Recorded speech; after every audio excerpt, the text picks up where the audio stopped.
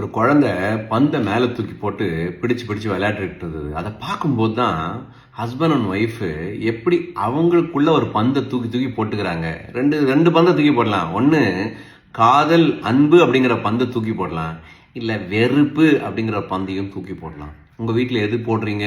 ஏன்னா பந்தை மேலே தூக்கி போடும்போது அந்த பந்து அப்படியே சர்ன்னு மேலே போகுமா, ஆனால் ஒரு பர்டிகுலர் பாயிண்ட்டுக்கு அப்புறமா புவியீர்ப்பு சக்தி மூலமாக அது கீழே வந்துடும். நம்ம கல்யாணம் ஆன புதுசில் அந்த லவ்ன்ற ஒரு பந்து அப்படி பயங்கர பவர்ஃபுல்லாக எனர்ஜெட்டிக்காக மேலே பறந்து போச்சு.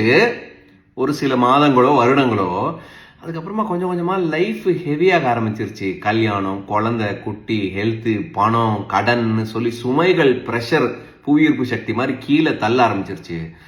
அதனால என்ன ஆகுது, சில பேர் அந்த அந்த அன்பும் காதலையும் மறந்துடுறாங்க. அந்த ஸ்பார்க் மிஸ் ஆயிடுது. ரிமெம்பர், காதல்ன்றது ஏர்லியே தான் இருக்கும். அப்போ பந்து கீழே வந்த உடனே அந்த குழந்தை என்ன பண்ணிச்சு, அதை பிடிச்சி திருப்பி மேலே தூக்கி பிடிச்சான். ஏன்னா அந்த அந்த மேலே போகும்போது அதில் ஒரு தனி சந்தோஷம் இருக்குல்ல. அதே மாதிரி தான் கணவன் மனைவிக்குள்ள இருக்கிற அந்த அன்பும் ஒருத்தர் அவங்க மேலே அந்த காதலை தூக்கி போடணும். அது கையில் இப்படி பிடிச்சி அது கீழே இறங்குற மாதிரி ஒரு ஹெவினஸ் ஃபீல் பண்ணால் டக்குன்னு தூக்கி அவங்க மேலே கொடுக்கணும். அந்த அன்பை தூக்கி போடணும். அந்த காற்றுல அந்த காதல் அழகாக மிதந்துக்கிட்டே இருந்தால் திருமண வாழ்க்கை ரொம்ப நல்லா இருக்கும். பந்தை நம்ம போடல அப்படின்னா கீழே விழுந்துருச்சு, அது ஃபெயிலியர் கிடையாது, நீங்கள் விட்டீங்க. அதனால் ரெண்டு பேருக்குமே ஈக்குவல் பொறுப்பு இருக்குது அந்த காதலை பரஸ்பரமாக ஷேர் பண்ணிக்கிறதுல. நல்லா இருக்கு அந்த எக்ஸாம்பிள். நீங்கள் என்ன நினைக்கிறீங்க இந்த எக்ஸாம்பிள் கேட்கும்போது? கமெண்ட் பண்ணுங்கள்.